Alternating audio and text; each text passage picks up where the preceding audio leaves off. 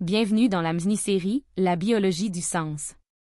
Le premier épisode explore le paradigme de la complexité et la quête de sens, du corps-machine au corps porteur de sens.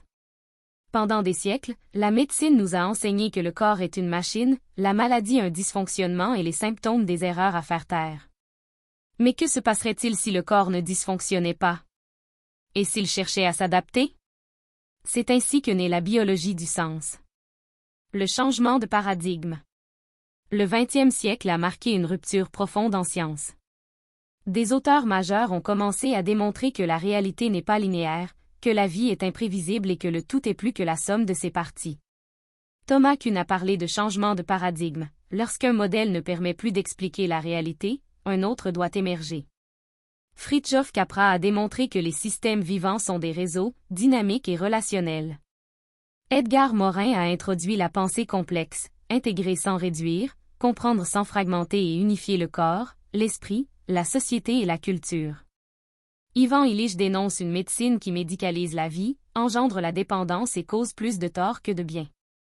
Dans ce nouveau cadre, la maladie cesse d'être simplement biologique et devient biographique, relationnelle et existentielle. Michel Foucault, dans son ouvrage « Biopolitique et médicalisation de la vie », nous a révélé une vérité dérangeante mais fondamentale. La médecine n'est pas neutre. Le savoir médical est aussi une forme de pouvoir. À travers le concept de biopolitique, Foucault explique comment les corps sont régulés, les populations normalisées et la santé devient un enjeu de contrôle social.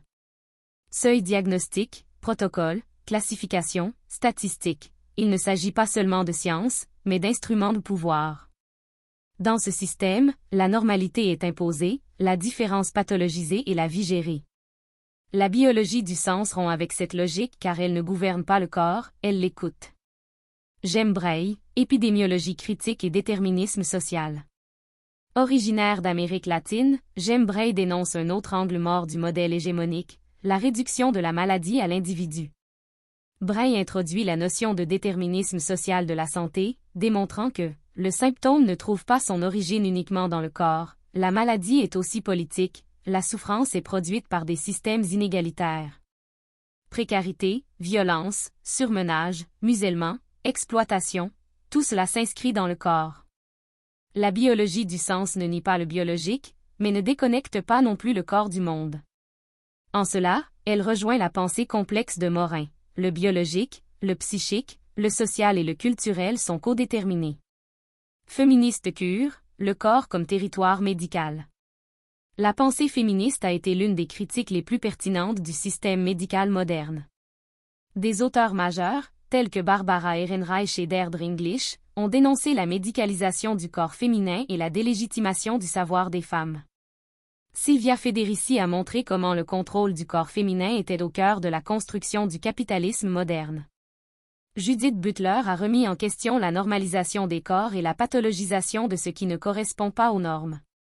Françoise Héritier a démontré comment la différence sexuelle se traduisait en hiérarchie et en contrôle. Historiquement, la gynécologie, l'obstétrique, la psychiatrie et l'endocrinologie ont considéré le corps féminin comme défectueux, instable et dangereux. La biologie du sens et Faro s'inscrivent dans cette critique car elles restaurent l'autonomie, reconnaissent l'expérience et rétablissent la dignité. L'intégration avec la pensée complexe. Morin nous met en garde, une intelligence qui fragmente détruit la compréhension. On retrouve ici Foucault, pouvoir, Bray, détermination sociale, le féminisme, corps et oppression, la biologie du sens, adaptation, Faro, éthique du care. Non pas pour idéologiser la pratique clinique, mais pour l'humaniser. Citation de Faro. Quand le pouvoir n'écoute pas le corps s'exprime par les symptômes. Leçon de Faro. La maladie n'est pas seulement biologique, elle est aussi historique, sociale et politique. Comprendre le symptôme exige de la complexité. Naissance de la biologie du sens.